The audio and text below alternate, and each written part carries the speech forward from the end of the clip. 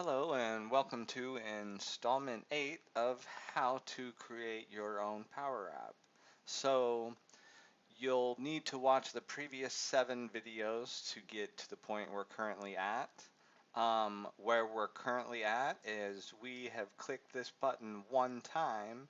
It has collected all this data in a summarized fashion under a collection which is an array of data called col final order. So we have 4 columns here, and you can see we have customers, item needed, quantity needed, and total cost. So the total cost matches the total cost here, quantity needed matches here, gadget here, and there's 20 different customers within this box here.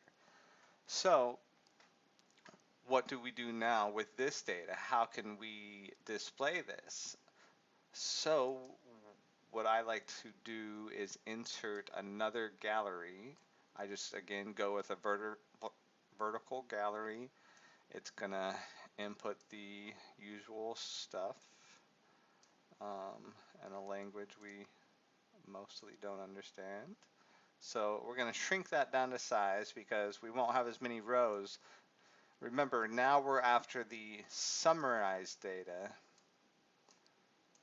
So we want to know how many customers placed an order for the gadget and what's the total number of gadgets we need and what's the total cost going to be to the customer. So then, what do we need to sell or what do we need to get them for initially?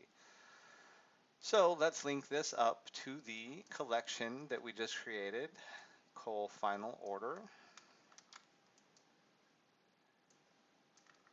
And again, it comes with your standard image, title, and subtitle. I always leave that blank because I like to add my own. Again, this would be your row that you're inside. This would be the overall gallery. It's just a lot smaller than this one is. So this row I will shrink down a little bit, but the overall size of the gallery will not change. It's just the row shrinks. So let's insert an item to get started, a text label, and that could be this item customer name. Can't be this item customer name because it has to be something we created. So it'd have to be this item customers to start. So we'll have to use these columns we just created. So customers, item needed, quantity needed, QTY, and then total cost. And let's see if that works. So we click back into our text box. So what this was just customers, correct? So you see we have 20 customers.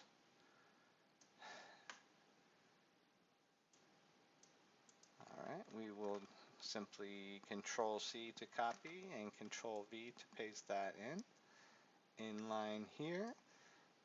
Customers, now we need with the item. Item needed, gadget. Let's make that bigger because I think some of the items extend the character length that would have been.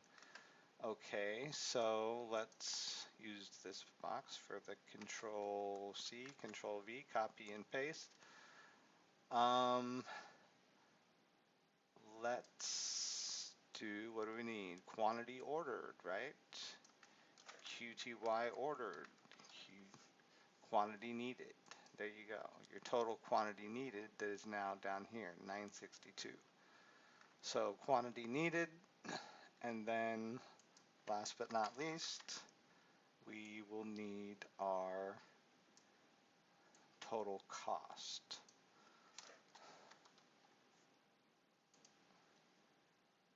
And you see how if you don't make it the text box long enough, it starts wrapping the text for you, and obviously that's not what you want, especially if you want it to look nice. And if you would like that to always be displayed, so if I played this, that would be displayed just as a number. We could put a dollar value. We could display it as a dollar value, uh, or however we would like to display it. With no decimals, we could round up, we could round down. You name it, we got it. So this goes to show you that we have now added the item gadget to our list. So we know we need gadget. So we have other items here though, right? So we have what? We have a total of 5 different items. So how about widget? Let's add that to the order next. Okay, so widget, we got widget. How about device? Let's add device. Okay, so you see where we're starting to create an order for all of our individual customer orders. So we got instrument, and we'll shrink these columns down so we can see them all. And then last but not least, tool. Let's make these columns smaller.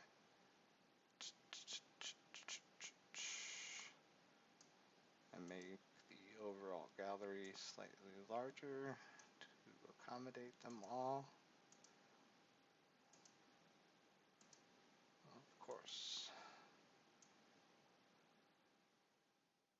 There you go.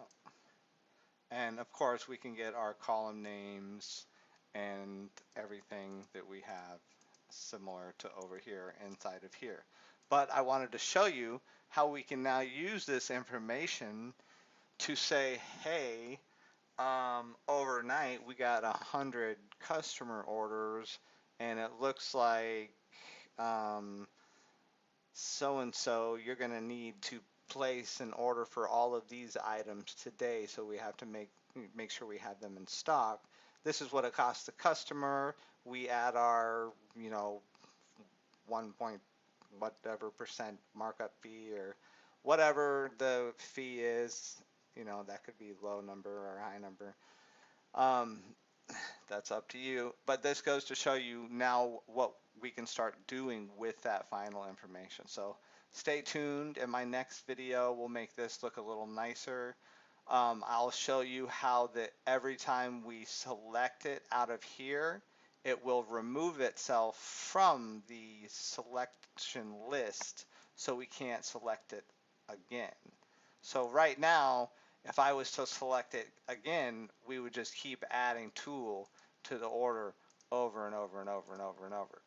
So in my next video, I'm going to show you how to remove that from the current selection, and then we can even pull in inventory totals that we're deducting from currently, and when they go negative or they hit a certain balance point that now we need to order X amount. So you see that a lot can be done within a Power App. We can at this point start firing off emails directly from the app with attachments. We can use Power Automate to link to the app to create full-blown customer orders to send to the customer directly.